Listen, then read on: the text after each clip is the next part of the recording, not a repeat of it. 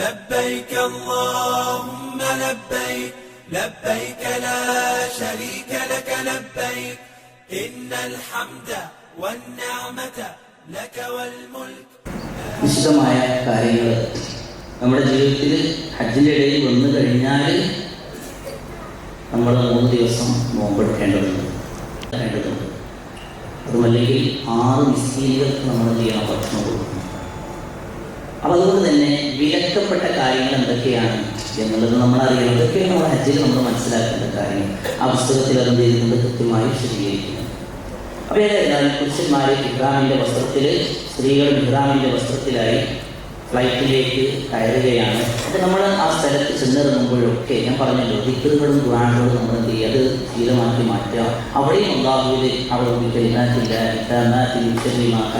തുടങ്ങിയ പ്രാർത്ഥനകളൊക്കെ ചൊല്ലി ഫ്ലൈറ്റിലേക്ക് നമ്മൾ വിമാനത്തിലേക്ക് നമ്മൾ വീണ്ടും കയറുന്നു. അവിടെ എത്തിക്കഴിഞ്ഞാൽ പിന്നീട് നമ്മൾ ജിദ്ദയിൽ ഇറങ്ങുന്നതിൻ്റെ അല്പം മുമ്പായി, ഒരു അരമണിക്കൂർ മുമ്പായി നമുക്ക് എന്ത് ചെയ്യുന്നുണ്ട്, നിശ്ചയിക്കപ്പെട്ടിട്ടുള്ള ഒരു മീഖാത്ത് നമുക്ക് നിശ്ചയിച്ചിട്ടുള്ള മീഖാത്ത്. ആ മീഖാത്ത് സ്വാഭാവികമായും അവിടെ നിന്നാണ് നമ്മൾ എന്ത് ചെയ്യേണ്ടത്, നമ്മുടെ ഇഹ്റാമിൽ പ്രവേശിക്കേണ്ടത്. ഇവിടെ നമ്മുടെ നാട്ടിൽ നിന്നും വരുന്ന ആളുകൾ പലപ്പോഴും തെറ്റിക്കാറുള്ള ഒരു വിഷയമുണ്ട്. അത് നമ്മൾ പറയണല്ലോ. അതെന്താണ്? നമ്മൾ എയർപോർട്ടിൽ വെച്ച് തന്നെ എന്ത് ചെയ്യും, ആദ്യമായി ഉംറക്ക് വേണ്ടിയിട്ട് ഇഹ്റാമിൽ പ്രവേശിക്കും. ലബ്ബൈക അല്ലാഹുമ്മ ഉംറത്തൻ എന്നോ അല്ലാഹുമ്മ ലബ്ബൈക ഉംറത്തൻ എന്ന് പറഞ്ഞുകൊണ്ട് ഫ്ലൈറ്റ് എയർപോർട്ടിൽ നിന്ന് തന്നെ ഇഹ്റാമിലേക്ക് പ്രവേശിക്കും. റസൂലുള്ളാഹി സ്വല്ലല്ലാഹു അലൈഹി വസല്ലമ നമ്മോട് പറഞ്ഞിട്ടുള്ളത്, നമ്മുടെ ഒരു ക്ലിപ്പ് നിങ്ങൾക്ക് കാണാൻ കഴിയും. ഫസ്റ്റ് ക്ലിപ്പിൽ അവിടെ കാണാൻ സർവ് ഇട്ട് തരുന്നുണ്ടാവും. അതിൽ നമുക്ക് വീഡിയോ ക്ലിപ്പ് നമുക്ക് നിശ്ചയിച്ചിട്ടുള്ള മീഖാത്ത്, ആ മീഖാത്തിലായിരിക്കണം നമ്മൾ എന്ത് ചെയ്യേണ്ടത്, ലബ്ബൈക അല്ലാഹുമ്മ ഉംറത്തൻ എന്ന് പറയേണ്ടത്. അപ്പോൾ നമുക്ക് നിശ്ചയിച്ചിട്ടുള്ള മീഖാത്തിൽ എത്തുന്നതിൻ്റെ മുമ്പ് അത് നമ്മളെ അറിയിക്കുവാൻ ആവശ്യമായിട്ടുള്ള സംവിധാനങ്ങൾ എന്തായിരുന്നാലും എന്ത് ചെയ്യും, ഈ ഹജ്ജുമായി ബന്ധപ്പെട്ട യാത്രകളിൽ വിമാനത്തിലെ ഉദ്യോഗസ്ഥന്മാർ അത് കൃത്യമായി നമുക്ക് എന്ത് ചെയ്യും, അറിയിച്ചു തരും. അരമണിക്കൂർ മുമ്പാകുമ്പോൾ ഹജ്ജിന് വേണ്ടിയിട്ട് ഇഹ്റാമിൽ പ്രവേശിക്കുവാനുള്ള സമയമായിട്ടുണ്ട്. നിങ്ങൾ ഹജ്ജിന് വേണ്ടിയിട്ട് നിങ്ങൾ ഇഹ്റാമിൽ പ്രവേശിക്കുക. ഹജ്ജിന് വേണ്ടിയിട്ടുള്ള യാത്രയിൽ ആദ്യമായി നമ്മൾ നിർവഹിക്കുന്നത് ഉംറയ്ക്ക് വേണ്ടിയാണ്. ഉംറയ്ക്ക് വേണ്ടിയിട്ട് നിങ്ങൾ എന്ത് ചെയ്യും, ഇഹ്റാമിൽ പ്രവേശിക്കുക എന്ന് പറയുന്ന സമയത്ത് നമ്മൾ ഇഹ്റാമിൻ്റെ വസ്ത്രം അണിഞ്ഞിട്ടില്ല എങ്കിൽ, ആരെങ്കിലും ഇഹ്റാമിൻ്റെ വസ്ത്രം എന്ത് ചെയ്യുന്നു, ഫ്ലൈറ്റിൽ വെച്ചുകൊണ്ടാണ് അണിയുന്നത് എങ്കിൽ ഇഹ്റാമിൻ്റെ വസ്ത്രം അണിഞ്ഞതിന് ശേഷം അവരെന്ത് ചെയ്യുക, ലബ്ബൈക അല്ലാഹുമ്മ ഉംറത്തൻ എന്ന് പറയാം. ചില ആളുകൾ ലബ്ബൈക അല്ലാഹുമ്മ ഉംറത്തൻ മുതമത്തിഅൻ ഇലൽ ഹജ്ജ് എന്നുള്ള വാക്കുകൾ ചേർത്ത് പറയാറുണ്ട്. അവിടെ നമ്മൾ എന്ത് ചെയ്യുന്നു, ലബ്ബൈക അല്ലാഹുമ്മ ഉംറത്തൻ എന്ന് നമ്മൾ പറയുന്നതോടുകൂടി നമ്മൾ എന്ത് ചെയ്തു, ഏതിലേക്ക് നമ്മൾ പ്രവേശിച്ചു, ഇഹ്റാമിലേക്ക് നമ്മൾ പ്രവേശിച്ചു. അപ്പോൾ ഏതാണ് ദുൽഹുലൈഫ, അതുപോലെ അബിയാർ അലി, മദീനയിൽ നിന്ന് വരികയാണെന്നുണ്ടെങ്കിൽ ദുൽഹുലൈഫ അബിയാർ അലി എന്നറിയപ്പെടുന്ന അവിടെയാണ്. അതുപോലെ ജുഹഫ, യലംലം ഇന്ന് സാരിയ എന്നറിയപ്പെടുന്ന ആ ഒരു സ്ഥലമാണ് യലംലം എന്നറിയപ്പെടുന്നത്. അതുപോലെ ദാഖിഹത്ത്, അതൊക്കെ കഅബ ഭൂമിയുടെ സെൻട്രലാണ് എന്നുണ്ടെങ്കിൽ അതിൻ്റെ ചുറ്റുപാടുകളിലായി നിലകൊള്ളുന്ന സ്ഥലങ്ങളാണ്. അതുപോലെ തന്നെ കർനുൽ മനാസിൽ, കേരളത്തിൽ നിന്ന് നമ്മൾ പോകുന്ന ആളുകൾ ജിദ്ദ വഴിയാണ് പോകുന്നതെങ്കിൽ എന്ത് ചെയ്യും, ഈ കർനുൽ മനാസിലിൽ വെച്ചുകൊണ്ടാണ് നമ്മൾ ഇഹ്റാമിലേക്ക് നമ്മൾ ചെയ്യുന്നത്, പ്രവേശിക്കുന്നത്. അപ്പോൾ ജിദ്ദയിലേക്ക് എത്തുന്നതിൻ്റെ ഒരു അരമണിക്കൂർ മുമ്പായിട്ടാണ് നമ്മൾ എന്ത് ചെയ്യുക, ഇഹ്റാമിൽ നമ്മൾ പ്രവേശിക്കേണ്ടത്. ഇത് നമ്മൾ ചെയ്തിട്ടില്ല എങ്കിൽ, അഥവാ നമ്മൾ എയർപോർട്ടിൽ വെച്ച് തന്നെ ഇത് നമ്മൾ പ്രവേശിക്കുകയാണ് എന്നുണ്ടെങ്കിൽ റസൂലുള്ളാഹി സ്വല്ലല്ലാഹു അലൈഹി വസല്ലം നമുക്ക് പറഞ്ഞു തന്ന ആദ്യത്തെ ഒരു ചര്യ നമ്മൾ തെറ്റിപ്പോകും. നബി പഠിപ്പിച്ചത് സല്ലല്ലാഹു അലൈഹി വസല്ലം മദീനയിൽ നിന്നും വരുമ്പോൾ ദുൽഹുലൈഫയിൽ നിന്നാണ് എന്ത് ചെയ്യേണ്ടത്, ഇഹ്റാമിൽ അവർക്ക് പ്രവേശിക്കേണ്ടത്. മഹാനായിട്ടുള്ള ഇമാം മാലിക് റഹ്മത്തുള്ളാഹി അലൈഹിയോട് ചോദിക്കുന്നത്, ഞാൻ വീട്ടിൽ നിന്ന് തന്നെ പ്രവേശിച്ചോട്ടെ എന്ന് ചോദിച്ചപ്പോൾ അദ്ദേഹം പറ്റില്ല, അല്ലാഹുവിന്റെ റസൂൽ എവിടുന്നാ പറഞ്ഞത് അത് തന്നെ, അവിടെ തന്നെയാണ് നമ്മൾ നിർവഹിക്കേണ്ടത്. ഇനി അഥവാ എന്ത് ചെയ്യാൻ, ഞാൻ അവിടുത്തെ അറിയില്ലേ എന്ന് വിചാരിക്കുകയാണെങ്കിൽ നമ്മൾ ഫ്ലൈറ്റിൽ കയറി യാത്ര പുറപ്പെട്ടതിന് ശേഷം കുറച്ച് സമയങ്ങൾ കഴിഞ്ഞതിന് ശേഷമെങ്കിലും ഉള്ള ഒരു നിലപാട് നമ്മൾ സ്വീകരിച്ചിട്ടില്ല എങ്കിൽ എന്ത് ചെയ്യും, ഹജ്ജിൻ്റെ യാത്രയിൽ ആദ്യത്തെ ഉംറയിൽ തന്നെ നമ്മൾ സല്ലല്ലാഹു അലൈഹി വസല്ലമയുടെ ചര്യയ്ക്ക് വിരുദ്ധമായ ഒരു കാര്യങ്ങൾ നമ്മൾ ചെയ്തിട്ടുണ്ടാവും, പ്രവർത്തിച്ചിട്ടുണ്ടാവും. അപ്പോൾ അതുകൊണ്ട് വരെ നമ്മൾ ആദ്യമായി ഈ ഉംറയ്ക്ക് വേണ്ടിയിട്ട് നമ്മൾ ഇഹ്റാമിൽ പ്രവേശിക്കുമ്പോൾ ലബ്ബൈക അല്ലാഹുമ്മ ഉംറതൻ എന്ന് നമ്മൾ ഫ്ലൈറ്റിൽ വെച്ചുകൊണ്ട് നമ്മൾ പറയേണ്ട ഒരു വാക്കാണ്. അതോടുകൂടി നിസ്കാരത്തിലേക്ക് നമ്മൾ അല്ലാഹു അക്ബർ എന്ന് പറഞ്ഞുകൊണ്ട് നമ്മൾ പ്രവേശിക്കുന്നത് പോലെ നമ്മൾ ഇഹ്റാമിലേക്ക് ആദ്യമായി നമ്മൾ നിർവഹിക്കുന്ന ഉംറയിലേക്ക് നമ്മൾ പ്രവേശിച്ചു കഴിഞ്ഞു. തമത്തു ആയ രൂപത്തിലാണ് നമ്മൾ എന്ത് ചെയ്യുന്നത്? ഹജ്ജ് ചെയ്യുന്നത്. തമത്തു ആയ ഹജ്ജ് എന്ന് പറഞ്ഞാൽ ഹജ്ജ് മാസങ്ങൾ നേരത്തെ പറഞ്ഞല്ലോ. ഹജ്ജ് മാസങ്ങൾ ഏതാണ്? ശവ്വാല്, ദുൽഖഅദ, ദുൽഹിജ്ജ മാസം. ഈ മാസങ്ങളിൽ ഒരാൾ ഉംറ നിർവഹിച്ച് പിന്നീട് സാധാരണ രൂപത്തിലൂടെ ജീവിച്ച് പിന്നീട് ഹജ്ജിന്റെ സമയമായപ്പോൾ ദുൽഹിജ്ജ 8 എന്ന മിനയിലേക്ക് പോയി ഹജ്ജും കൂടെ നിർവഹിക്കുന്ന ആളുകൾക്കാണ് എന്തെന്ന് പറയുക? മുതമത്തി ആയ ഹജ്ജ് ചെയ്യുക എന്ന് പറയുന്നത്. ഹജ്ജിന്റെ മാസങ്ങളിൽ ഒരാൾ ചെയ്തു, പിന്നെ ഉംറ നിർവഹിച്ച് പിന്നെ ഹജ്ജിന്റെ സമയമാകുമ്പോൾ ഹജ്ജും കൂടെ നിർവഹിച്ചാൽ അതാണ് നമുക്ക് ആയ ഹജ്ജ്. ആ ഹജ്ജാണ് ഞാൻ നിങ്ങളും എന്ത് ചെയ്യുന്നത്? നിർവഹിക്കുവാൻ ഇൻഷാ അല്ലാഹ് പോകുന്നത്. അതുകൊണ്ട് തന്നെ നമ്മൾ അവിടെ വെച്ചുകൊണ്ട് എന്ത് ചെയ്യുന്നു? ഈ ഫ്ലൈറ്റിൽ വെച്ചുകൊണ്ട് നമ്മൾ അല്ലാഹുമ്മ ലബ്ബൈക ഉംറതൻ എന്ന് പറയുന്നതോടുകൂടി ഹജ്ജിന്റെ ഭാഗമായ ഒന്നാമത്തെ ഉംറയിലേക്ക് നമ്മൾ പ്രവേശിക്കുന്നു. അതോടുകൂടി നമ്മൾ എന്ത് ചെയ്യുന്നു? പിന്നെന്താ പറയണ്ടേ? ലബ്ബൈക അല്ലാഹുമ്മ ലബ്ബൈക ലബ്ബൈക ലാ ശരീക ലക ലബ്ബൈക ഇന്നൽ ഹംദ വന്നിഅമത ലക വൽ മുൽക്ക് ലാ ശരീക ലക എന്ന് പറഞ്ഞിട്ട് ലബ്ബൈക അല്ലാഹുമ്മ ലബ്ബൈക ലബ്ബൈക ലാ ശരീക ലക ലബ്ബൈക ഇന്നൽ ഹംദ വന്നിഅമത ലക വൽ മുൽക്ക് ലാ ശരീക ലക. ഒന്നുകൂടെ ലബ്ബൈക അല്ലാഹുമ്മ ലബ്ബൈക ലബ്ബൈക ലാ ശരീക ലക ലബ്ബൈക ഇന്നൽ ഹംദ വന്നിഅമത ലക വൽ മുൽക്ക് ലാ ശരീക ലക. ഹജ്ജിന് മാത്രമായിട്ട് ചൊല്ലേണ്ട ഒരു ദിക്റാണ്. ഇത് നമുക്ക് വേറെ ഒന്നിനും ചെല്ലാൻ പറ്റില്ല. ഇപ്പൊ നമ്മൾ പിന്നെ വിചാരിച്ചേ ഇത് പഠിക്കാൻ വേണ്ടിയിട്ടാണ്. ഇതൊരു ഹജ്ജ് പഠന ക്ലാസ് ആയതുകൊണ്ടാണ് നമ്മളിത് ചൊല്ലിയത്. പ്രിയമുള്ളവരെ, ഇനി ഞാൻ പറയുന്ന കാര്യം തീർത്തും വ്യത്യസ്തമായ കുറേ കാര്യങ്ങൾ നിങ്ങൾക്ക് ഈ ക്ലാസ്സിലൂടെ കിട്ടും. അതെന്തുകൊണ്ടാണ് ചോദിച്ചിട്ടുണ്ട് എന്നുണ്ടെങ്കിൽ ഇതിന്റെ മർമ്മം, ഹജ്ജിന്റെ മർമ്മം എന്താണെന്നത് ഈ വാക്കിലാണ് അടങ്ങി. ഇതിന് പറയുന്നത് തൽബിയത്ത് എന്നതാണ് ഇതിന്റെ അർത്ഥം. ഈ തൽബിയത്ത് നമ്മൾ നിർവഹിക്കുമ്പോൾ പ്രിയമുള്ളവരെ നമ്മൾ ശ്രദ്ധിക്കേണ്ട ഒരു കാര്യം എന്താ പറയുന്നത്? തൽബിയത്ത് നമ്മൾ നിർവഹിക്കുന്നതോടുകൂടി ഫ്ലൈറ്റിൽ നിന്ന് നമ്മൾ തൽബിയത്ത് നമ്മൾ തുടങ്ങി. പിന്നെ നമ്മൾ ജിദ്ദയിൽ നമ്മൾ ഇറങ്ങാൻ, ജിദ്ദയിൽ ഇറങ്ങി നമ്മൾ കഅബാലയം കാണുന്നത് വരെയും നമ്മൾ ഇങ്ങനെ നിർവഹിക്കുമ്പോൾ ഹദീസിൽ കാണാൻ കഴിയും നമ്മുടെ പരിസരങ്ങളിലുള്ള കല്ലുകളും അതുപോലെ തന്നെ മണ്ണുകളും മറ്റു വസ്തുക്കളും കൂടെ നമ്മോടൊപ്പം എന്ത് ചെയ്യുന്നുണ്ട്? തൽബിയത്ത് ചൊല്ലുന്നുണ്ട് എന്നുള്ളതാണ്. കഅബ കാണുന്നത് വരെ, അതാണ് നമ്മുടെ യാത്ര അവസാനിക്കുന്നത് വരെയും ഏതൊക്കെ മരങ്ങൾക്കിടയിലൂടെ ഏതൊക്കെ വഴിയോരങ്ങളിലൂടെയാണ് നമ്മൾ സഞ്ചരിക്കുന്നത് അവിടെ വരെയും എന്ത് ചെയ്യുന്നുണ്ട്? അവിടെയുള്ള വസ്തുക്കളെല്ലാം നമ്മുടെ കൂടെ തൽബിയത്ത് ചൊല്ലുന്നുണ്ട് എന്ന് നമുക്ക് ഹദീസിൽ നമുക്ക് കാണുവാൻ കഴിയും. ഹജ്ജിലെ ഏറ്റവും പ്രധാനപ്പെട്ട കർമ്മം ഏതാണെന്നറിയോ? സല്ലല്ലാഹു അലൈഹി വസല്ലം പറയുന്നു അഫ്ളലുൽ ഹജ്ജ്, ഹജ്ജിന്റെ ഏറ്റവും അഫ്ളലായിട്ടുള്ള കാര്യം അത് അൽ ഹജ്ജു വസ്സജ്ജു, അത് ഹജ്ജാണ്. സജ്ജാൻ ഹജ്ജ് എന്ന് പറഞ്ഞാൽ ശബ്ദം ഉയർത്തി തൽബിയത്ത് പറയുന്നതിനാണെന്ന് പറയാ. ഹജ്ജ് എന്ന് പറയാം, ഹജ്ജ് എന്ന് പറയുന്നത് അല്ലാഹുവിന്റെ വഴിയിൽ ഹാജിമാർ അറക്കുന്ന അറവിനാണ് ഹജ്ജ് എന്ന് പറയാം. ഈ അറവ് ഒഴിവാക്കാൻ വേണ്ടിയിട്ട് നേരത്തെ ടെക്നിക്കൽ ക്ലാസ്സിൽ സാറ് സൂചിപ്പിക്കുകയുണ്ടായി. ഈ അറവ് ഒഴിവാക്കാൻ വേണ്ടിയിട്ട് ആളുകൾ എന്ത് ചെയ്യുന്നത്? അവിടെ പല രൂപത്തിലുള്ള തെറ്റിപ്പുകൾ ചെയ്യാറുണ്ട്. നമ്മൾ മനസ്സിലാക്കേണ്ടത് എന്താണ്? ആ വിഷയം ഞാൻ സവിസ്തരം വിശദീകരിക്കുവാൻ ഉദ്ദേശിക്കുന്നുണ്ട്. ചുരുക്കത്തിൽ അല്ലാഹുവിന്റെ റസൂൽ 62 സല്ലല്ലാഹു അലൈഹി വസല്ലം അർപ്പിച്ചിട്ടുണ്ട്. 100 ഉരുവിനെ സല്ലല്ലാഹു അലൈഹി വസല്ലം മദീനയിൽ നിന്ന് കൊണ്ടുവന്നിട്ടുണ്ട്. എന്നിട്ട് 62 സല്ലല്ലാഹു അലൈഹി വസല്ലം തന്റെ കൈകൾ കൊണ്ട് അറുത്ത് ബാക്കി വന്നത് ആരെ കൊണ്ട് അർപ്പിക്കുകയാണ്? മഹാനായിട്ടുള്ള അലി റളിയല്ലാഹു അൻഹുവിനെ കൊണ്ട് അർപ്പിച്ചു എന്നുള്ളതാണ്. ഇങ്ങനെയുള്ള അറവ് എന്ത് ചെയ്യാണ്? അത് ഒഴിവാക്കാൻ വേണ്ടിയിട്ട് ആളുകൾ ചില മസലകളെ കുറിച്ച് ഇങ്ങനെ പറയും. അല്ലാഹുവിന്റെ റസൂൽ ഒരിക്കലും അത് രീതിയിൽ നമുക്ക് നിർദ്ദേശിച്ചില്ല. അതാണ് ഇത്തരം കാര്യങ്ങൾ പറയുമ്പോൾ നിങ്ങളുടെ മനസ്സിലൊരു പെടയിലുണ്ടാകും. ഭക്ഷണം ഇങ്ങനെയൊക്കെയുള്ള ചൂഷണങ്ങൾ അവിടെ ഉണ്ടെന്നുണ്ടെങ്കിൽ അത്തരം ചൂഷണങ്ങളിൽ നിന്നൊക്കെ എങ്ങനെ മുക്തമാക്കണേ എന്ന് നമ്മൾ പ്രാർത്ഥിക്കണം. അതുകൊണ്ടാണ് ഈ വിഷയങ്ങൾ നിങ്ങളുടെ മുമ്പിൽ ആ രൂപത്തിലൂടെ പറയുന്നത്. ഇനി മാത്രമല്ല, ഇതെന്തെന്നല്ല, ഒരു ശബ്ദമല്ല, അതൊരു ഒച്ചയല്ല, അതൊരു പ്രഖ്യാപനമാണ് സഹോദരങ്ങളെ തൽബിയത്ത് എന്ന് പറയുന്നത്. നോക്കൂ നിങ്ങൾ, അല്ലാഹു സുബ്ഹാനഹു വ തആലയുടെ അർത്ഥം എന്താണെന്നറിയോ? നമ്മൾ പറയുന്നതിന്റെ വാക്ക് എന്താണെന്നറിയോ? ലബ്ബൈക അല്ലാഹുമ്മ ലബ്ബൈക. റബ്ബേ നിന്റെ വിളിക്കിതാ ഞാൻ ഉത്തരം നൽകിയിരിക്കുന്നു എന്നാണ്. ഇജാബത്തൻ ബഅദ് ദാ ഞാൻ വന്നു. നമ്മളിങ്ങനെ വിളിക്കുമ്പോൾ എവിടെ എന്ന് ചോദിക്കാൻ ഞാൻ വരുന്നുണ്ടോ, ഞാൻ വരുന്നു എന്ന് പറയുന്നതിനാണ് ലബ്ബൈക അല്ലാഹുമ്മ ലബ്ബൈക. ലബ്ബൈക എന്നത് ആവർത്തിച്ചു വരാൻ.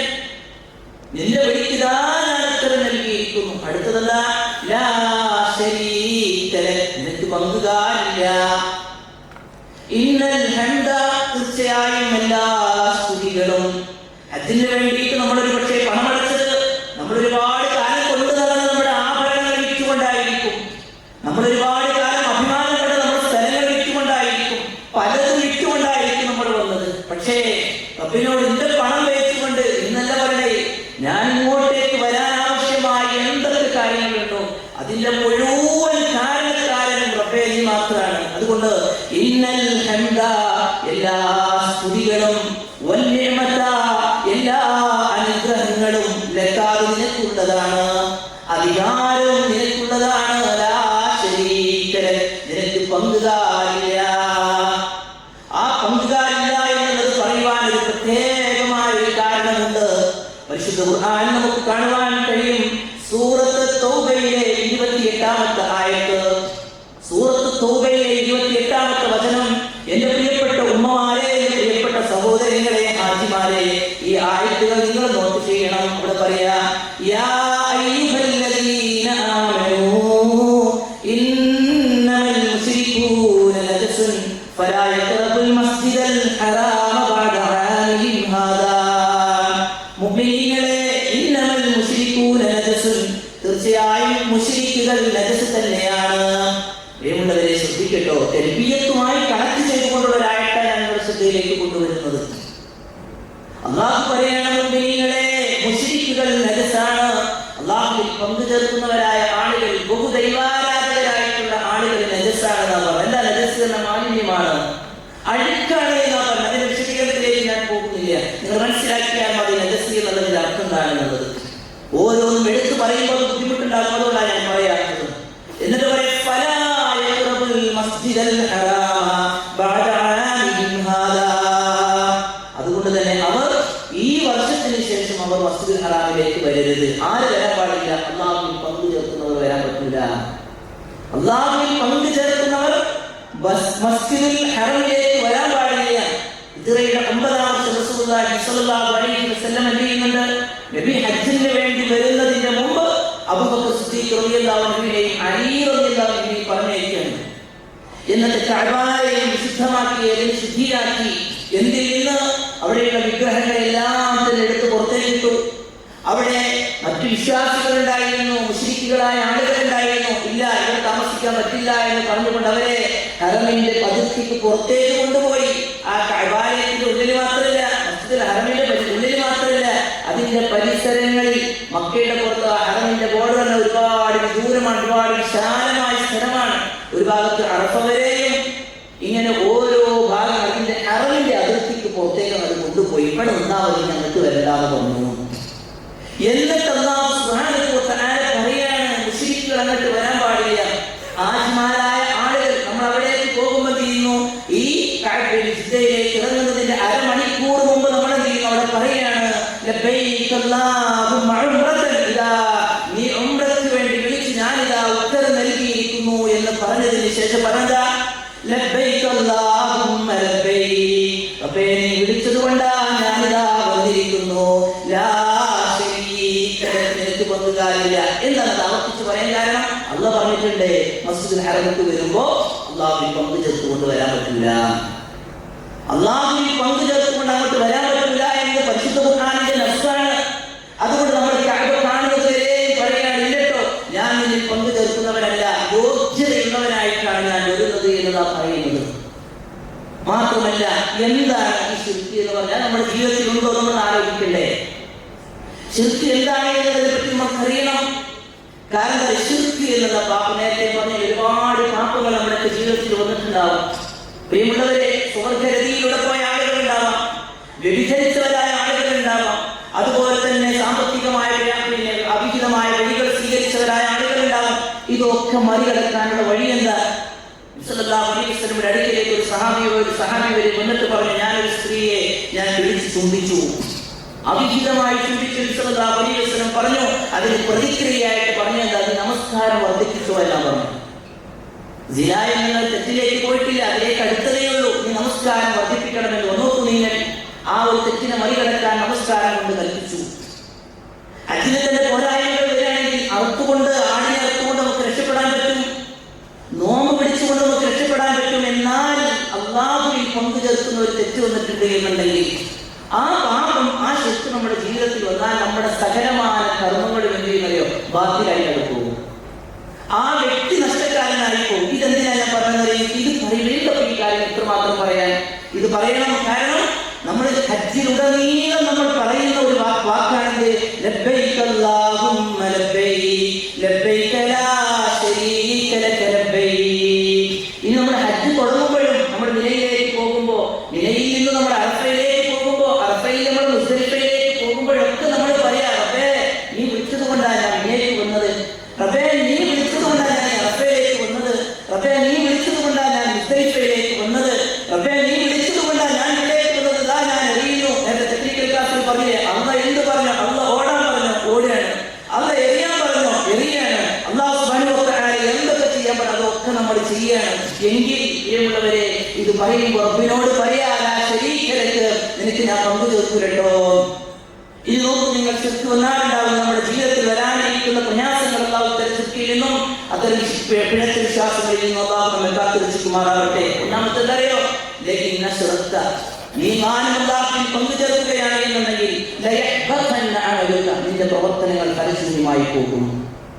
മാത്രമല്ല നീ നഷ്ടകാരികളിൽ പെട്ടുപോവുകയും ചെയ്യുമെന്നാ പറഞ്ഞത്. നഷ്ടകാരികളിൽപ്പെട്ടു ആ വ്യക്തി നഷ്ടത്തില്ല, അവന്റെ പ്രവർത്തനങ്ങൾ നീ ബാധിതായി പോകും. അടുത്ത നോക്കൂ, നിങ്ങൾ പരിശുദ്ധ ഖുർആൻ പറയാ, ആരെങ്കിലും അല്ലാഹുവിൽ പങ്കു ചേർത്ത് കഴിഞ്ഞാൽ അവൻ ആരെന്നറിയോ, ഫഖദ് ഹറമല്ലാഹു അലൈഹി ജന്ന, അല്ലാഹു അവന് സ്വർഗ്ഗം നിഷിദ്ധമാക്കിയിരിക്കുന്നു. അവന്റെ സംഖ്യ നരകമാണ്. അക്രമകാരികളായ ആളുകൾക്ക് ഒരു സഹായം ഉണ്ടാകില്ല. അജ്മാരെ നമ്മൾ പല ആളുകളെയും കാണും. നമ്മൾ ആ ആളുകൾ നമ്മുടെ കൂടെ റൂമിലുണ്ടായിരുന്നവരാണ്. നാളെ പരലോകത്തും അവരെ ഓർക്കുന്നതാണ്. ഒരു പക്ഷേ നമ്മളെങ്ങാനും രഹസ്യ ജീവിതത്തിലെ തെറ്റുകൾ കാരണത്താൽ ശിക്ഷ അനുഭവിക്കുന്നവരാണെങ്കിൽ നമുക്ക് വേണ്ടിയിട്ട് ഹാജിമാരായിട്ടുള്ള ആളുകൾ എന്ത് ചെയ്യും? പക്ഷേ ഞങ്ങളൊപ്പം ഹജ്ജിനുണ്ടായിരുന്ന ഇന്ന ആളുകൾ കാണുന്നില്ലല്ലോ എന്ന് പറയുമ്പോൾ അല്ലാഹു കാണിച്ചു കൊടുക്കും. അവരുടെ ജീവിതത്തിൽ വന്നുപോയ തെറ്റുകൾ കാരണത്താൽ അവർ ശിക്ഷ അനുഭവിക്കുന്നത്. ഈ സമയത്ത് കൂടെ ഉണ്ടായിരുന്ന സത്യവിശ്വാസികളായ ആളുകൾ റെക്കമെൻഡ് ചെയ്യും, അല്ലാഹു അവർ ഞങ്ങളോടൊപ്പം സുഹൃത്ത് കാത്തിട്ടോ. എങ്കിലെന്നാ പറയാ, ശുദ്ധി ചെയ്തിട്ടുണ്ടെന്നുണ്ടെങ്കിൽ ഇങ്ങനെ ഒരു സഹായം അവർക്ക് ഉണ്ടാകൂല. അതുപോലെ തന്നെ പ്രിയമുള്ളവരെ, അമ്പിയാക്കന്മാരോട് 18ഓളം നബിമാരെല്ലാം പരിശുദ്ധ ഖുർആനിൽ ഇങ്ങനെ ഒറ്റ ആഴത്തിൽ ഇങ്ങനെ കോർത്തിണക്കിയിട്ട് പറഞ്ഞ കാര്യങ്ങൾ അറിയിക്കും. അവരെങ്ങാനും അല്ലാഹുവിൽ പങ്കു ചേർത്തിട്ടുണ്ട് എന്നുണ്ടെങ്കിൽ അല്ലാഹു സുബ്ഹാനഹു വ തആല അവരുടെ പ്രവർത്തനങ്ങൾ പരിശുദ്ധമാക്കി കളയുന്നവരുണ്ട്. അതുകൊണ്ട് തന്നെ ശിർക്ക് നമ്മുടെ ജീവിതത്തിൽ വരുന്നുണ്ട്. നമ്മൾ ഭയപ്പെടണം. നമ്മുടെ ജീവിതത്തിൽ ശുദ്ധേതായി വിശ്വസിക്കുന്ന ആളുകൾ അബൂബക്കർ സിദ്ദീഖ് റളിയല്ലാഹു അൻഹുവിനെ പറ്റിയിട്ട് നിങ്ങൾ വിഷമിക്കരുത്. ഈ കാര്യം ഞാൻ പറയണം. കാരണം ഹജ്ജിലുടനീളം നമ്മൾ ആവർത്തിച്ച് പറയുന്ന വർത്തമാനത്തിന്റെ രഹസ്യമാണ് ഞാൻ ഈ പറയുന്നത്. അബൂബക്കർ സിദ്ദീഖ് റളിയല്ലാഹു അൻഹു റസൂലിന്റെ അടുക്കൽ വന്നപ്പോൾ നബി സല്ലല്ലാഹു അലൈഹി വസല്ലം പറയാ, അബൂബക്കറെ, പൂരാകൂരിട്ട് സമയത്ത് കറുത്ത വാരത്തിലെ ഒരു കറുത്ത ഉറുമ്പ് ഭരിക്കുന്നതിനേക്കാളും രഹസ്യമായ രൂപത്തിൽ ഒരു വിശ്വാസിയുടെ ജീവിതത്തിലേക്ക് ചുറ്റി കടന്നു വരാൻ വിശ്വാസം പരിശ്രമിച്ചുകൊണ്ടേയിരിക്കുമെന്ന് പറഞ്ഞു. എന്നിട്ട് പ്രാർത്ഥന പഠിപ്പിച്ചു കൊടുത്തു. എന്താണ് പ്രാർത്ഥന?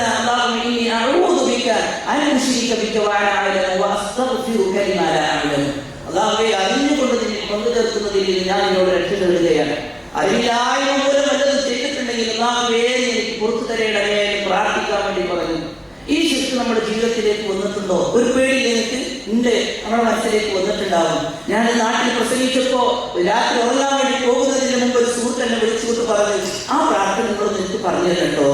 പ്രാർത്ഥനയോ? നേരത്തെ ഞാൻ ആ പറഞ്ഞ പ്രാർത്ഥന എന്റെ ജീവിതത്തിൽ ശിർക്ക് വന്നിട്ടുണ്ട് എന്നുണ്ടെങ്കിൽ എനിക്ക് നീയം അല്ലാഹു സുബ്ഹാനഹു വ തആല ഒരു കാലത്തും അവന്റെ ഒരു അമൽ സ്വീകരിക്കൂല എന്നാ പറഞ്ഞു.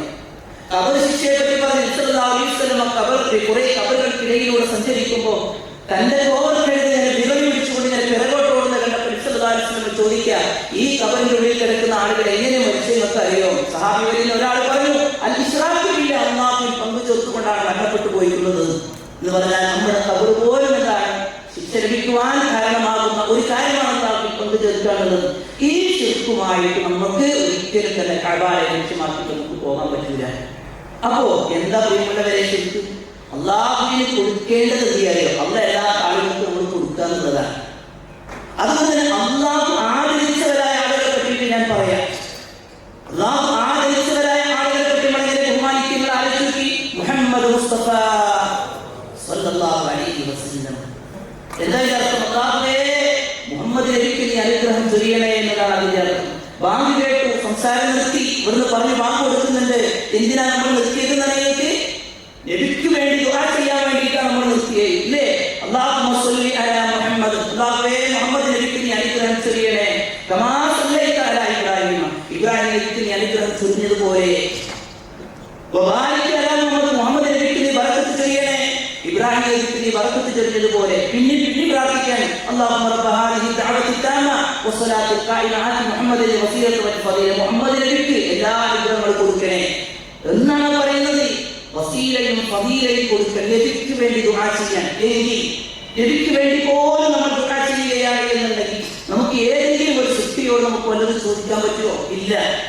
ഇത് ചെയ്യുന്ന ഒരു സ്വഭാവമായിട്ടാണ് നമ്മൾ പോകുന്നതെങ്കിൽ ആർക്ക് വേണ്ടിയുള്ളവരെ നമ്മൾ പണാടിച്ച് നമുക്ക് വേണ്ടിയാ.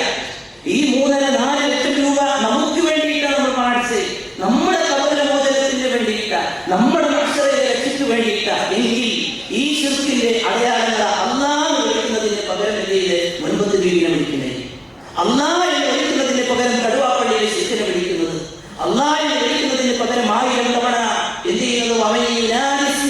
അൽഫം ബിഹൽവതിഹി അസ്മം ബിഹിമ്മതിഹി സുർമൻ ബിഅഫ്വതിഹി അജബ്തുഹു മുസ്രിഅൻ മിൻ അജ്ലി ദഅവതിഹി ഫൽയദഉ യാ അബ്ദുൽ ഖാദിർ മുഹീദ്ദീൻ എന്ന് പറയുന്നത്, യാ മുഹീദ്ദീൻ അബ്ദുൽ എന്ന് പറയുന്നത്. അതുകൊണ്ട് തന്നെ ഇതൊക്കെ പറയും. ആദ്യം നമ്മുടെ മനസ്സിലേക്ക് അറിയോ കിട്ടാൻ വരിക 2 ലൈറ്റ് വരെ ഒരു കുഴപ്പമില്ലായിരുന്നു. പക്ഷേ ഇപ്പോഴത്തെ നല്ല ഭയമുള്ളവരെ അവരെ ബഹുമാനിക്കുക. നമ്മള് മുഹീദ്ദീൻ ശൈഖ് എന്നല്ല പറയണ്ടേ, മുഹീദ്ദീൻ ശൈഖ് റഹ്മത്തുള്ളാഹി അലൈഹി എന്നാ പറയണേ. അല്ലാഹുവേ അദ്ദേഹത്തിന് നീ അനുഗ്രഹം ചൊരിയണേന്നാണ് എന്റെ മക്കൾക്ക് പറഞ്ഞു കൊടുത്തിട്ടുണ്ട്. മുഹീദ്ദീൻ ശൈഖ് റഹ്മത്തുള്ളാഹി അലൈഹിയുടെ കഥ ഞാൻ പറഞ്ഞു കൊടുത്തിട്ടുണ്ട്. അദ്ദേഹത്തിന്റെ ഗ്രന്ഥങ്ങൾ നമ്മൾ വായിക്കുന്നുണ്ട്. അദ്ദേഹം ചില്ലറക്കാരനല്ല, വലിയ ത്യാഗം ചെയ്ത വ്യക്തിയാണ്. അതുകൊണ്ട് അദ്ദേഹത്തിന് വേണ്ടി നമ്മൾ ദുആ ചെയ്യാൻ മുഹമ്മദ് നബിക്ക് സ്വല്ലല്ലാഹു അലൈഹി വസല്ലമക്ക് വേണ്ടി നമ്മൾ ദുആ ചെയ്തതുപോലെ. അതുകൊണ്ട് തന്നെ നമ്മൾ വീഴാൻ പോകുമ്പോ പതിരിങ്ങളെ താങ്കളെ പറ്റൂല. അല്ലാഹ് അല്ലാഹ് അല്ലാഹ് എന്ന് വിളിക്കാനാണ് നമ്മൾ ഹജ്ജിന് വേണ്ടി അതിൽ പുറപ്പെടുന്നത്. അതുകൊണ്ട് ആ വീട്ടിൽ നിന്നിറങ്ങുമ്പോ ബിസ്മില്ലാഹി തവക്കൽതു അലല്ലാഹ് എന്ന് നമ്മൾ പറയുന്നത്, വണ്ടിയിലേക്ക് കയറുമ്പോ സുബ്ഹാനല്ലദീ സഖറ ലനാ ഹാദാ എന്ന് നമ്മൾ പറയുന്നത്, അല്ലാഹുമ്മ ഇന്നി നസ്അലുക അല്ലാഹുമ്മ ഇന്നാ നസ്അലുക ഫീ സഫരിനാ ഹാദാ അൽബിറ വത്തഖ്വ. എല്ലാ ഇടങ്ങളിലും അല്ലാഹ് അല്ലാഹ് എന്നുള്ളത് അഊദു ബികലിമാത്തില്ലാഹി തആമാത്തി മിൻ ശർരി മാ ഖലഖ എന്ന് പറയുമ്പോൾ ഇവിടെയൊക്കെ നമ്മൾ റബ്ബിനെ വിളിക്കാൻ. അതേ സമയത്ത് അല്ലാഹുവിന്റെ റസൂലിന് വേണ്ടിയിട്ട് സ്വലാത്ത് ചൊല്ലാത്ത ഒരു പ്രാർത്ഥന നമ്മുടെ ജീവിതത്തിലില്ല. അതുകൊണ്ട് ഈ ഒരു മർമ്മം നമ്മൾ മനസ്സിലാക്കണം എന്നുള്ളത് എനിക്ക് പ്രത്യേകമായി സന്ദർഭത്തിൽ സൂചിപ്പിക്കാൻ ആ വിഷയം ഞാൻ അവിടെ അവസാനിപ്പിക്കുക. ഇങ്ങനെ നമ്മൾ ലബ്ബൈക അല്ലാഹുമ്മ ലബ്ബൈക ഒന്ന് ചൊല്ലുന്നു പ്രിയമുള്ളവരെ. ലബ്ബൈക അല്ലാഹുമ്മ ലബ്ബൈക ലബ്ബൈക ലാ ശരീക ലക ലബ്ബൈക ഇന്നൽ ഹംദ വൻ നിഅമത ലക വൽ മുൽക് ലാ ശരീക ലക. എന്തൊരു ഇഷ്ടമായോ ആ വാക്ക്? ഭയങ്കര ഇഷ്ടമാണ്. നിസ്കാരത്തിൽ നമ്മൾ ഇങ്ങനെ പറഞ്ഞൊരു വാക്കുണ്ട്, തെബീയത്തിനെ പോലെ പറഞ്ഞൊരു വാക്കുണ്ട്. അതെന്തായോ? ഇയ്യാക നഅ്ബുദു വ ഇയ്യാക നസ്തഈൻ. നിന്നെ മാത്രമേ ഞങ്ങൾ ആരാധിക്കുന്നുള്ളൂ, നിന്നോട് മാത്രമേ ഞങ്ങൾ സഹായം തേടുന്നുള്ളൂ. ഇത് പറയുമ്പോ അല്ലാഹ് എന്തൊരു ഇഷ്ടത്തോടു കൂടിയ പറയോ? അതാ ബൈനി വ ബൈന അബ്ദി, ഇതാ ഞാനും അവനും തമ്മിലുള്ള ബന്ധം ഇതാണ് കേട്ടോ. അതുകൊണ്ട് എല്ലാം നമുക്ക് അല്ലാഹുവിനെ ഏൽപ്പിക്കാം. മാത്രമല്ല ആയത്തുൽ കുർസി ഒരിക്കലേ നമ്മൾ ക്ലാസ് തുടങ്ങി. ആ ആയത്തുൽ കുർസിയിലെ ആശയങ്ങളിലേക്ക് ഒന്ന് നോക്കൂ നിങ്ങൾ.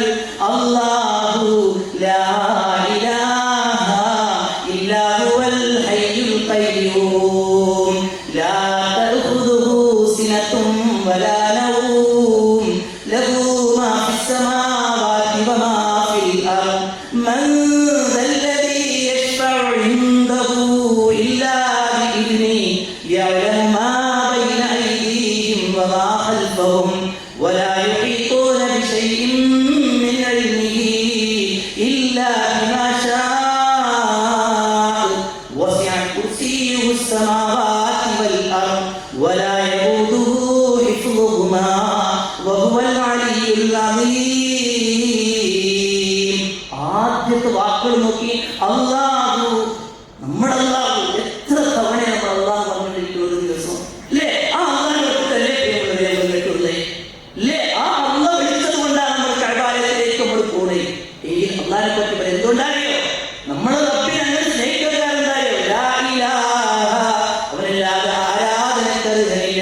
മരിക്കുമ്പോൾ നമുക്കത് പറയണം. ഈ ദുനിയാവിനോട് നമ്മൾ വിട പറയുമ്പോൾ അവസാനമായി നമ്മൾ പറയുന്ന വാക്ക് അല്ലാഹ് എന്നുള്ളതാണ്. എങ്കിൽ കാരണമുണ്ട്. ഹുവൽ ഹയ്യ്, അവനെന്നും ജീവിക്കുന്നവനാ. അൽ ഖയ്യൂം, എല്ലാം നിയന്ത്രിക്കുന്നവനാ. ലാ തഖുദുഹു സിനത്തും വലാ നൗം, മയക്കമില്ലാത്തവനാ, ഉറക്കമില്ലാത്തവനാ. ഒരു മുട്ടുസൂചി പോലും അല്ലാഹു സുബ്ഹാനഹു വ തആലയുടേതല്ലാതെ ഒരാളുമില്ല. അങ്ങനെയുള്ള റബ്ബിൽ നമ്മൾ വരലേൽപ്പിക്കുകയാണ്. എന്നാൽ ഇത് വേറെ ആർക്കെങ്കിലും ഉണ്ടോ? നിങ്ങൾ പറയും. നേരത്തെ പറഞ്ഞ മുഹ്യിദ്ദീൻ ശൈഖ് റഹ്മത്തുള്ളാഹി അലൈഹിക്കുണ്ടോ? ഇഫായി ശൈഖ് റഹ്മത്തുള്ളാഹി അലൈഹിക്കുണ്ടോ? കടുവാപ്പള്ളിയിലെ ശൈഖിനുണ്ടോ? മുനമ്പത്തപ്പള്ളിയിലെ ബീവിക്കുണ്ടോ? എല്ലാ മഹാന്മാരും ആദരിക്കപ്പെടേണ്ടവരുമാണ് എങ്കിൽ റഹ്മത്തുള്ളാഹി അലൈഹിം, അല്ലാഹുവേ അവരിൽ നീ റഹ്മത്ത് ചൊരിയണേ. പക്ഷേ ജീവിതത്തിന്റെ ഒരു അവസ്ഥയിൽ നമുക്ക് അവരോട് ചോദിക്കുവാനില്ല. അങ്ങനെ ഞാൻ ചോദിക്കൂല എന്ന് പറഞ്ഞിട്ട് നമ്മൾ കഅബയിലേക്ക് പോകുന്നത്. സല്ലല്ലാഹു അലൈഹി വസല്ലം പറയുന്നത് എന്നറിയോ? മക്കയിലെ മുശ്രിക്കുകളായ ആളുകൾ തൽബിയത്ത് ചൊല്ലി അവർ പറയും ലബ്ബൈക അല്ലാഹുമ്മ ലബ്ബൈക്. അത് പറയും. സല്ലല്ലാഹു അലൈഹി വസല്ലം പറയും, ആവേശത്തോടു കൂടി പറയും, നിങ്ങൾ അവിടെ നിർത്തിക്കോളൂ പറയും. അവിടെ നിങ്ങൾ പറയുന്നത് പറയും. പക്ഷേ വീണ്ടും കൂട്ടാക്കാതെ അവർ പറയുന്നവര് ഇല്ലാ ശരീകൻ ഹുവ ലക, ഒരു പങ്കുകാരൻ ഒഴികെ അത് നിനക്കുള്ളതല്ലേ, നീ കൊടുത്തത് തന്നെയാണ് അവർക്കുള്ളത് എന്നാണ് പറയുന്നത്. അത് അന്നാണ് മുസ്ലിങ്ങളായ ആളുകളോട് പറഞ്ഞ നമ്മൾ ഇതിനൊക്കെ ന്യായം പറയുന്നത് അതൊക്കെ അല്ല അവർക്ക് കൊടുത്തോണ്ടല്ലേ, ആ കൊടുത്തെന്നല്ലേ ചോദിക്കണേ. വേണ്ട പ്രിയമുള്ളവരെ, അത്തരം കാര്യങ്ങൾ ഒഴിവാക്കി ഉറങ്ങാത്ത മയങ്ങാത്ത എല്ലാം നിയന്ത്രിക്കുന്ന റബ്ബിൽ നമ്മൾ പരമേൽപ്പിച്ചുകൊണ്ട് നമ്മൾ കഅബയിലേക്ക് നമ്മൾ പോവാൻ. അങ്ങനെ നമ്മൾ മസ്ജിദുൽ ഹറമിന്റെ പരിസരത്ത് നമ്മൾ ചെന്നിറങ്ങിക്കഴിഞ്ഞാൽ, നമ്മൾ മക്കയിൽ ഇറങ്ങിക്കഴിഞ്ഞാൽ നമുക്കൊരു കുളി സുന്നത്താണ്. അപ്പൊ അവിടെ കുളിക്കുമ്പോൾ നമ്മൾ ശ്രദ്ധിക്കേണ്ട ഒരു കാര്യം എന്താണ്? നമ്മൾ സുഗന്ധദ്രവ്യങ്ങൾ പൂശിക്കൊണ്ടുള്ള ആ രൂപത്തിലുള്ള സുഗന്ധങ്ങൾ ഉണ്ടാക്കുന്ന തരത്തിലുള്ള സോപ്പുകൾ ഉപയോഗിക്കാതെ വേണമെങ്കിൽ നമുക്ക് അവിടുന്ന് കുളിക്കാം. നിർബന്ധമൊന്നുമില്ല.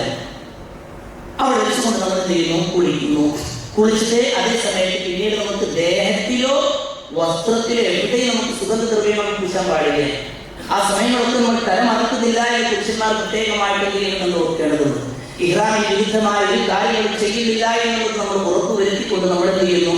നമ്മൾ അവിടുന്ന് നേരെ നമ്മൾ കഅബയെ ലക്ഷ്യമാക്കിയിട്ട് നമ്മൾ പോവാണ്. അപ്പോഴും നമ്മുടെ നാവിൻ തുമ്പിൽ നിന്നും ഉയരുന്നത് ലബ്ബൈക അല്ലാഹുമ്മ ലബ്ബൈക് ലബ്ബൈക ലാ ശരീക ലക ലബ്ബൈക് ഇന്നൽ ഹംദ വന്നിഅമത ലക വൽ മുൽക് ലാ ശരീക ലക എന്ന് പറഞ്ഞുകൊണ്ട് നമ്മൾ കഅബയെ ലക്ഷ്യമാക്കി ഇങ്ങനെ പോകും. അങ്ങനെ മസ്ജിദുൽ ഹറമിലെ മുറ്റത്ത് നമ്മൾ ചെന്നെത്തുന്നു. എത്തിക്കഴിഞ്ഞാൽ പിന്നീട് നമ്മൾ പള്ളിയിലേക്ക് നമ്മൾ പ്രവേശിക്കണം. വളരെ ചെറിയ പ്രാർത്ഥന. ബിസ്മില്ലാഹ് വസ്സലാത്തു വസ്സലാമു അലാ റസൂലില്ലാഹ് അല്ലാഹുമ്മ ഇഫ്തഹ് ലീ അബ്വാബ റഹ്മതിക്. ബിസ്മില്ലാഹ്, അല്ലാഹുവിന്റെ നാമം. ബിസ്മില്ലാഹില്ലദീ ലാ യദുറു മഅ ഇസ്മിഹി ശൈഉൻ ഫിൽ അർളി വലാ ഫിസ് സമാഇ വസ്സമീഉൽ അലീം. രാവിലെ വൈകുന്നേരം ചെല്ലുന്ന എന്താ ഇതിന്റെ അർത്ഥം? അല്ലാഹുവിന്റെ നാമം കൊണ്ട് ഒരു ബന്ധവും ഉണ്ടാവില്ല. ആ നാമം ഉച്ചരിച്ചുകൊണ്ട് പള്ളിയിലേക്ക് കയറാൻ. എന്നിട്ട് നമ്മൾ പറയുന്നു എന്ന് അല്ലാഹുവിന്റെ റസൂലിന്റെ മേൽ സ്വലാത്ത് ഉണ്ടാവട്ടെ, രക്ഷയുണ്ടാവട്ടെ, അനുഗ്രഹം ഉണ്ടാവട്ടെ.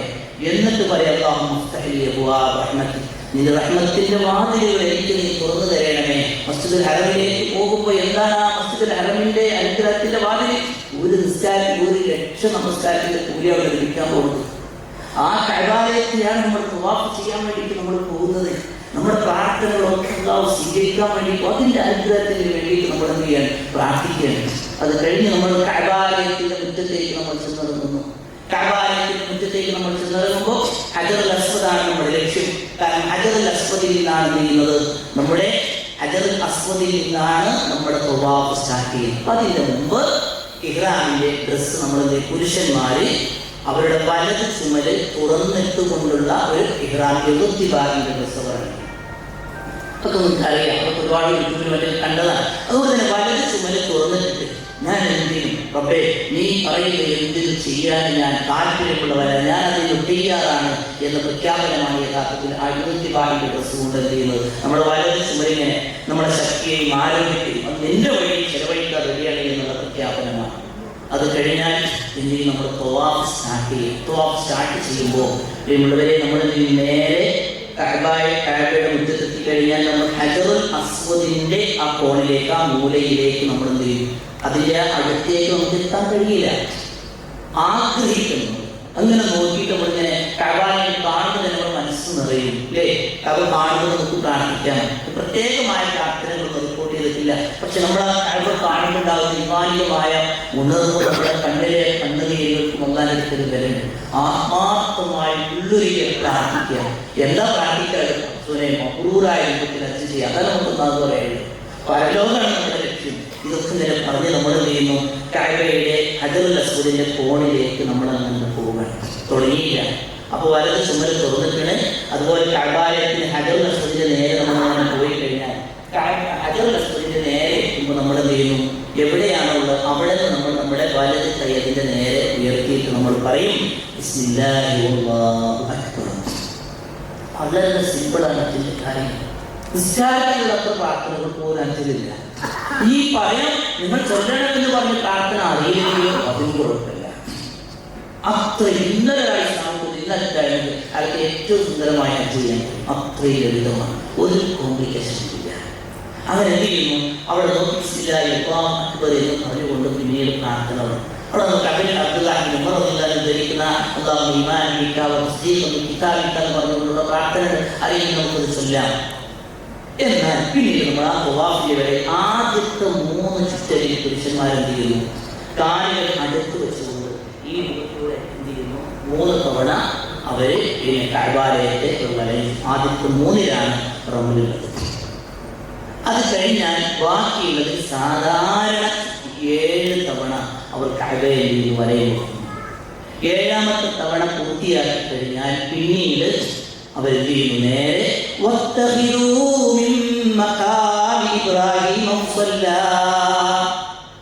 ഇബ്രാഹിം മഖാമിലേക്ക് എന്ത് ചെയ്യുന്നു? അങ്ങോട്ട് എന്ത് ചെയ്യുന്നു? എന്നിട്ട് അവിടെ വെച്ചുകൊണ്ട് ഇബ്രാഹിം മുസല്ല എന്ന് പറഞ്ഞുകൊണ്ട് എന്ത് ചെയ്യുന്നു? അവിടെ വെച്ചുകൊണ്ട് അതിന്റെ പിറകിൽ. അപ്പൊ അതിന്റെ പിറകിൽ തന്നെ കിട്ടൂല.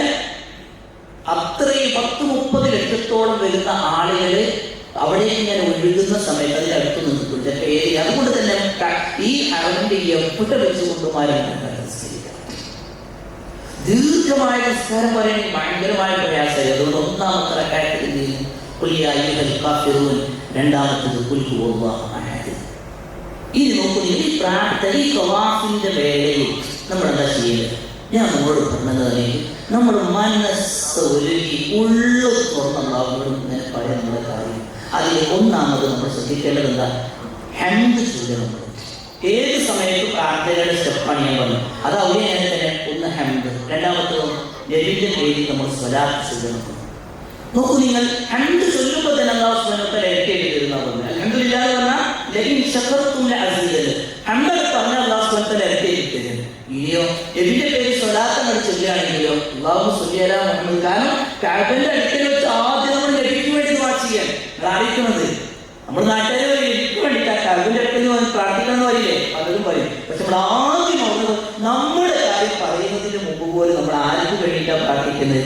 അള്ളാഹുവിന്റെ റസൂലിന് വേണ്ടിയിട്ട് നമ്മൾ ദുആ ചെയ്യാൻ. അള്ളാഹുവേ നബിക്ക് വേണ്ടിയിട്ട് നീ അനുഗ്രഹം ചെയ്യണേ. എന്നിട്ട് നമ്മൾ എന്ത് ചെയ്യുന്നു? നമ്മുടെ കാര്യങ്ങൾ നമ്മൾ പറയാൻ. അവിടെ ആയത്തുകുറിച്ച് ഓതാം, അമലറസൂലുള്ള ഖുർആനിലെ വചനങ്ങൾ ഓതാം, ശൈത്താനിലേക്ക് പോകാനുള്ള ആവശ്യമായ എന്തൊക്കെ അതൊക്കെ നമ്മൾ നിർവഹിക്കുക. എന്നിട്ട് ഈമാനിനെ നമ്മൾ ഇങ്ങനെ ശക്തിപ്പെടുത്തിയിട്ട് പിന്നെ അങ്ങനെ ചോദിച്ചു തുടങ്ങുക നമ്മൾ ഓരോ കാര്യങ്ങളും. ആ കാര്യങ്ങൾ ചോദിക്കുന്നതിനിടയിൽ നമ്മളിങ്ങനെ കുറേ ആളുകൾ കുറേ പുസ്തക കെട്ടുകൾ കൊണ്ടുവന്നിട്ട് അതിലെ എന്താ പറയുന്നത് ഒരിക്കറിയില്ല, എഴുതിയ ആളുകൾക്കറിയില്ല എന്തായി പറയുന്നത്. എന്നിട്ട് ഞാൻ 1ാമത്തെ സ്റ്റെപ്പിൽ ഇത്ര, 2ാമത്തെ സ്റ്റെപ്പിൽ അങ്ങനെ ഒന്നും റസൂലായിട്ടുള്ളത്. ഒന്നാണ് സത്യം. എന്റെ പ്രിയമുള്ള സഹോദരികളെ അല്ലാഹുവിന്റെ റസൂൽ അങ്ങനെയൊന്നും നമുക്ക് പഠിപ്പിച്ചു തന്നിട്ടില്ല.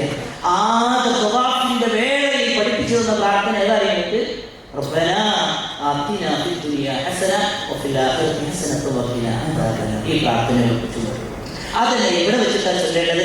കഅബയിൽ അഥവാ ഹജറുൽ അസ്വദിന്റെ തൊട്ട് മുമ്പുള്ള റുക്നുൽ യമാനി മുതൽ ഹജറുൽ അസ്വദ് വരെയും ആ ഒരു പ്രാർത്ഥനയാണ് നമ്മൾ നിർവഹിക്കേണ്ടത്. റബ്ബനാ ആതിനാ ഫിദ്ദുനിയാ ഹസന വഫിൽ ആഖിറതി ഹസനത വഖിനാ അദാബന്നാർ. ബാക്കിയുള്ള സമയമൊക്കെ നമ്മൾ നമ്മുടേതായ കാര്യങ്ങൾ ഇങ്ങനെ പറയാം, മനസ്സറിഞ്ഞ് പറയാം. നമുക്ക് ഓർമ്മയുണ്ട്, ഞാൻ ഈ സമയത്ത് ഓർക്കുകയാണ്. തെക്കൻ ജില്ലയിൽ നിന്നും ഒരു സഹോദരിയെ ഞാൻ അവിടെ നിന്ന് ഉംറ ചെയ്യിപ്പിക്കുന്ന ഒരു സന്ദർഭത്തിൽ അവരിങ്ങനെ പല രൂപത്തിലൂടെ നീ എന്താ മോനെ ചെയ്യേണ്ടത്, നീ എന്താ ചെയ്യേണ്ടത്, ഓരോ സ്റ്റെപ്പിലും ഇങ്ങനെ ചോദിക്കണം. അപ്പൊ ഞാൻ അവരോട് പറഞ്ഞു, നിങ്ങൾക്ക് ഞാൻ താനോടൊന്നും പറയാനില്ല, നിങ്ങൾക്കൊന്നും പറയാനില്ലെന്ന് ചോദിച്ചു. നിങ്ങൾ മുടിയാണ്. അങ്ങനെ കുറച്ച് മുന്നോട്ട് പോകുമ്പോൾ വേഗത്തിൽ ഇങ്ങനെ ഞാൻ ഒരു എക്സാമിനേറ്റ് ഇത് പറയില്ല, ഒരു കരച്ചിലായിരിക്കും. ഒരു കരച്ചിലാക്കി നോക്കുമ്പോൾ അവർ പറഞ്ഞ വാക്കെന്താ അറിയാം, അള്ളാഹു എന്റെ ജുനൈദിനെ എനിക്ക് നന്നാക്കി തരണേ. അതുവരെ നിങ്ങൾ അയച്ചെത്തി, അതുവരെ ഇന്നെന്താ വേണ്ടെന്ന് ചോദിച്ചാട്ട് താൻ അറിയാത്ത എഴുതിയവനറിയാത്ത രൂപത്തിലൂടെ എന്തൊക്കെയോ ഉച്ചരിക്കേ. പക്ഷെ എന്റെ ജുനൈദിനെ എനിക്ക് നന്നാക്കി തരുന്നത് പറഞ്ഞപ്പോ കരഞ്ഞുകൊണ്ടാണ് ആ ഉമ്മച്ചി ഒന്ന് പ്രാർത്ഥിച്ചത്. ഇങ്ങനെ പ്രാർത്ഥിക്കാൻ നമ്മൾ പോകുന്നത്, ഇതിനു വേണ്ടി നമ്മൾ പൈസ അടച്ചേ. അതുകൊണ്ട് ഈ ഏറ്റവും ഉന്നതമായിട്ടുള്ള ഈ സമയങ്ങൾ, സന്ദർഭങ്ങൾ പാഴാക്കരുതെന്ന് എനിക്ക് പറയാൻ. ഇപ്പോഴേ നമ്മൾ അങ്ങനെ പ്രാർത്ഥിച്ചു തുടങ്ങുക. നുള്ളിപ്പൊറുക്കി പറയാൻ പറയും. നമ്മുടെ നാട്ടിലെ ഓരോന്നും ഇങ്ങനെ നുള്ളിപ്പൊറുക്കി പറയുക. നമ്മൾ പരാതി പുസ്തകത്തിനെ ഭർത്താവിന്റെ ഏറ്റവും പ്രിയപ്പെട്ട ആളുകളുടെ മുമ്പിൽ ഇങ്ങനെ പറയുക. നമ്മൾ കൗൺസിലറുടെ മുന്നിൽ പോകുന്ന നമുക്ക് മണിക്കൂറുകൾ എടുക്കില്ലേ നമ്മൾ ഓരോ കാര്യങ്ങൾ പറയാൻ. എങ്കിൽ നമുക്കിതൊക്കെ പറയാനുള്ള നീണ്ടു നിൽക്കുന്ന സന്ദർഭമാണ് യഥാർത്ഥത്തിൽ എന്ത് കഅബയുടെ ആ തവാഫിന്റെ വേള എന്ന് പറയുന്നത്. ഓരോ സ്റ്റെപ്പിലും നമുക്ക് ചെയ്യേണ്ടത് നമ്മുടെ പാപങ്ങൾ തീർക്കപ്പെടുക, ഓരോ സ്റ്റെപ്പിലും നമ്മുടെ പദവികൾ ഉയർത്തപ്പെടുക.